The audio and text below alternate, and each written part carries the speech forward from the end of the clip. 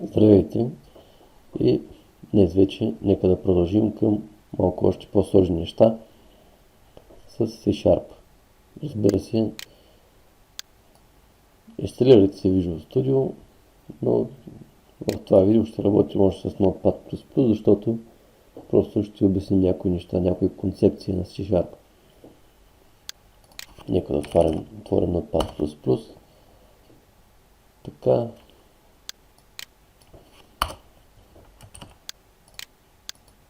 Тази програма, знаете, може би, от предишното ми видео. Нека да обясним сега нека да изтрем този метод. Някои неща в C-Sharp. Така.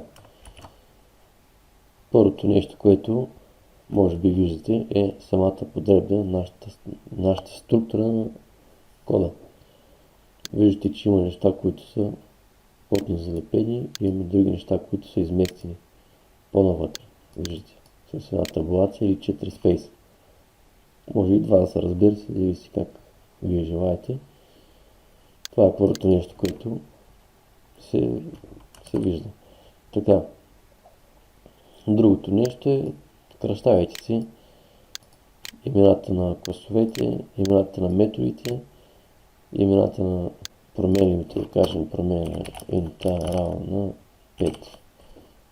Това е променливо тип число, тип int, стойност 5, името е A. Разбира се, това не става за малки проекти, да кажем 5 треда, 10 треда, като нашите в момента. Но в последствие ще ни трябва добро именуване, да кажем това, ако е първо число, да си окръстим first num, да кажем. Имената на промените започват с малка буква и всяка следваща дума е с голяма буква.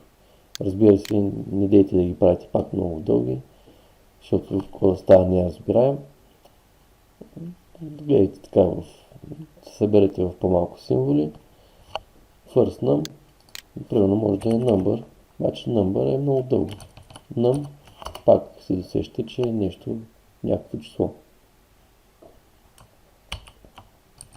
First num, second num и така нататък. Разбирате ми идеята. Добре си именувайте променливите, гледайте кода да ви е подреден, но всъщност Visual Studio прави всичко това за вас. Има тулче, с което автоматично се подрежда кода. Така, записва добре. Виждате, че е добре структуриран, но Visual Studio, както казах вече, структурира автоматично кода. Виждате сега тук имаме Using System. С този Using System ние извикваме библиотеката System, в която има много неща. Има System Console, има System Text, има много неща в тази библиотека System. Тя е може би една от най-големите.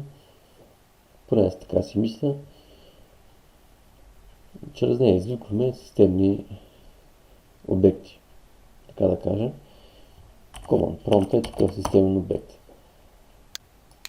Чрез него, нали, без този using system, ако нямаме нищо тук, да кажем имаме само клас, нека да сейфам. Тук да отидем в trash. От тук да отворим, да компилираме това. Даже и тук веднага виждате грешка. The name console does not exist in the current context. Какво означава това? Че това име конзола не се разпознава в текущия контекст.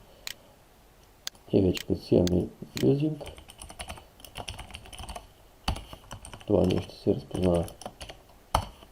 Ето, работи се. Всъщност, да. Тук вече, ето виждате, че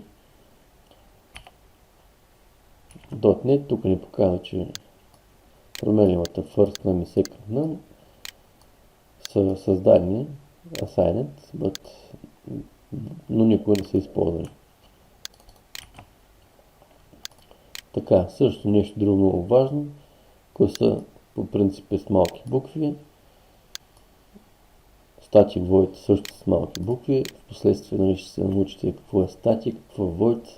И аз не съм много запознат, но това не ми пречи да програмирам, да пиша програмки от сорта на колко е 3 плюс 5 или с някакъв цикъл от 1 до 20 и така нататък. Така, виждате тук console.writeLine. Тук ако имаме пак, ако изпуснем една кавичка, пак тук ще стане грешка. New line constant. Даже не го разбирам аз коя е тая грешка, какъв е този ерор, но конзолата ни показва, че е на 7 ред 21 колона. Ето, 7 ред 21 колона, ако имате колони, ще е точно там. Така, затова да кажем Visual Studio за вас създава и това тук нещо. Има и namespace, разбира се. Впоследствие ще се научите какво е namespace, т.е. за по-големи проекти от стотици класове, които е нещо огромно, нещо като да кажем някой сайт, да кажем на Software.bg, може би е писан и с помощта на C#. Не съм убеден. Вие може би знаете. Напишете във видеото, ако знаете случайно. Така, нека сега да пристъпим към писането. Пишем console.writeLine. Виждате, отварям скоба, точка и запетая. Това е правилният начин да пишем код. Не е и тук кавички. И вътре в кавичките може да пишем вече колкото и реда да имаме в този console.writeLine, няма как да объркаме. Но ако е, да кажем така, отваряме кавичка, отваряме скоба, отваряме кавичка, пишем нещо, да кажем hello. Забравили сме да затворим кавичката и виждате даже Notepad++. Той е обикновен tool, обикновен инструмент, но виждате едната кавичка каква е тъмна, едната скоба каква е тъмна, другата каква е света. Това означава, че нещо не е наред с нашия код, има нещо незатворено. И като имаме много така, ние тук може да разберем, че едната кавичка е изпусната. Ако имаме много редове, много неща, пишем така, ние трябва да търсим ред по ред, къде има грешка. Разбирате ме какво искам да кажа, но като цяло Visual Studio, като се инсталирате Visual Studio, той се грижи за всички тия неща. Има autocomplete на примерно пишете cwtab и имаме console.writeLine. И това нещо. Това цялото го имаме автоматично написано. Ей, по този начин. Така. Затова е хубав инструмент. Visual Studio може би най-добре за .NET езици. Добър е за веб програмиране, веб с HTML, CSS и може би PHP и така нататък. Нека да обясним малко и за placeholder. Аз в миналото видео ви направих един placeholder.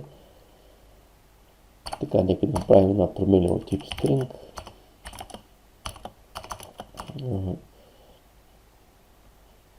My name, равно, кавички, точка запетая. Така, какво направих? Създадох променлив тип string текст с име my name и стойност Николай. Как мога да извикам тази променлива? Мога само с my name. Така.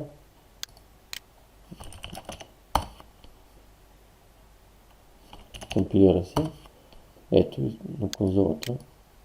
Нека малко да го свия, нещо много голямо се струва. Ето така. Изписваме името Николай, нали? Това е стойността на нашата променлива стринг. Обаче това не е много подходящо, защото ако искаме да използваме в този конзол WriteLine 2-3 пъти, няма как да стане да използваме тая променлива от тип string. Затова правим следното. Ето по този начин. Чрез тия кадрови скоби започваме от стойност 0 броенето. Нека да така. Имаме кадрова скоба, нулев елемент и вече реферираме тази променлива, първата променлива след запетайката да се попадне тук. Така. Ако имаме втора променлива, да кажем следващия едно, нека да направим така, защото нямаме създадена променлива тип string. Мисля, че така трябва да работи. Нека да проверим.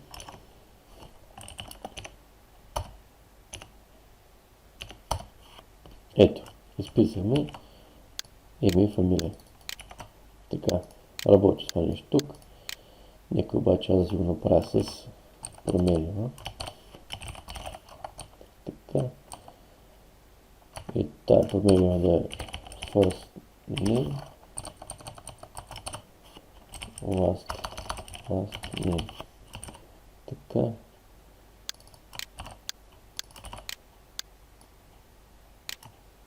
Така.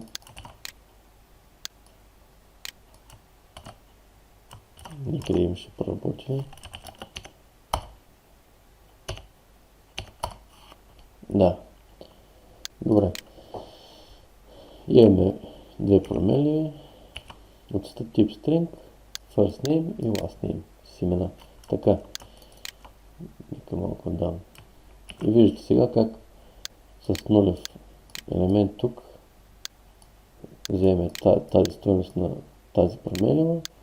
Следващия първи вземе ето тази last name. Подпъхваме информацията от тази променлива в този placeholder. Така, може да е наобратно, разбира се. Може да е 1, 0. Може да имаме и два пъти. Едно, но винаги трябва да стартираме от 0. Също така, ако имаме тук, нещо да ви кажа, имаме един placeholder и имаме две променливи тук, зададени като параметри. Първа и втора променлива. Тази променлива ще се остане просто така. Няма как да се подпъхне някъде. Имаме само един placeholder, който сочи първата променлива. Така. Но това не е коректно, разбира се. Правете си кода кадърно, както си трябва, без излишни неща. Обаче тук сега, ако имаме две референции на първи елемент, така ще получим грешка. Нека да компилирам. Ето веднага грешката, която да, че не е настроеното. Я да видим, ако тръгна да го... Ето виждате, даже гръмна самата програма. Защото, чакай само да увелича, index 0basic must be greater than or equal 1. Така. Казва ни, че общо взето ни казва, че имаме референция, която не сочи никъде. Няма откъде да вземе стойност. Така, друго, какво да ви обясня? Като така начинаещи, да направим един прост цикъл.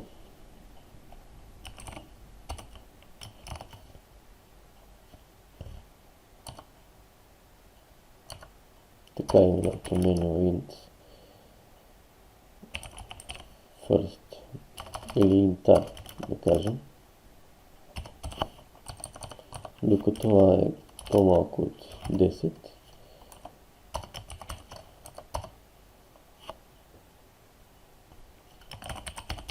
Печатваме я.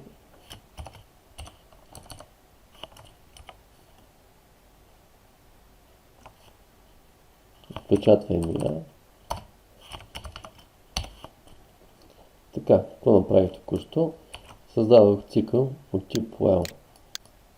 While цикъл има някакво условие. Това условие,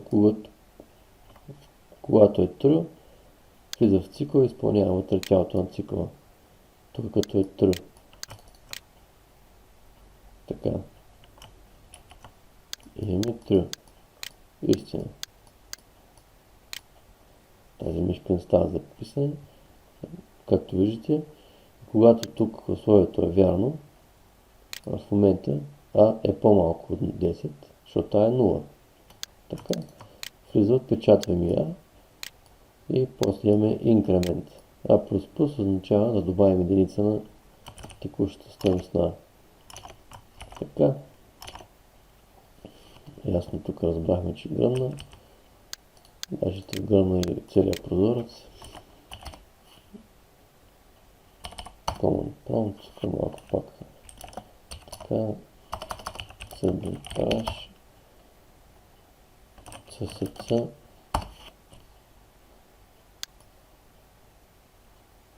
Така, компилирахме, нека да го използвам. Виждате резултата. Отпечатаме числата от 0 до 9. Така. Ако го нямаме това тук, този инкремент,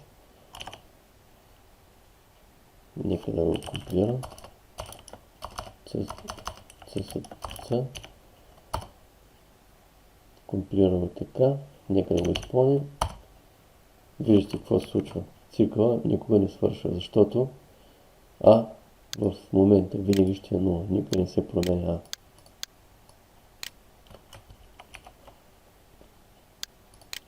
Може да направим също така да ми печата колко е А по А, разбира се.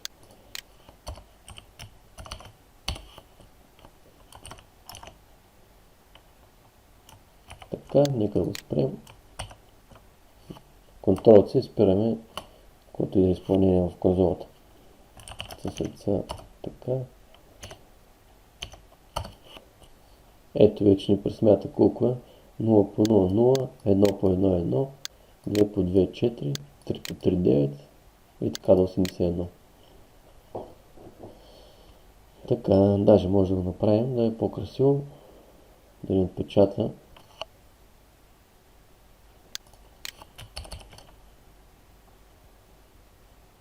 следното нещо.